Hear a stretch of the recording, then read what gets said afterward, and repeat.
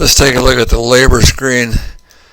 The labor screen is pretty much organized like the material screen, but the big rectangle on the left side is labor tasks, and each task is based on a labor rate and contains a hours or fractional hours figure. So let's add a labor rate. First we'll pick our labor task. Let's pick a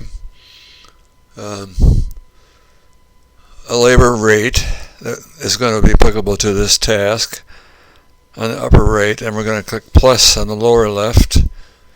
We're going to put a code in. The code is, again, arbitrary.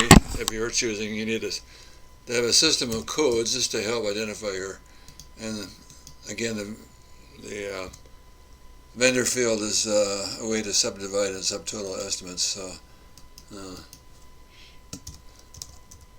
So you put an hourly figure in appropriate for that task.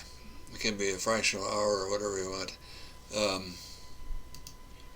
And that's all there is to creating a task.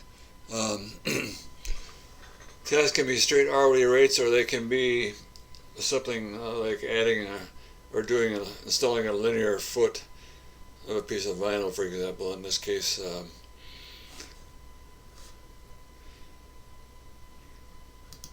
let's see what we have for that particular task. We have two tasks.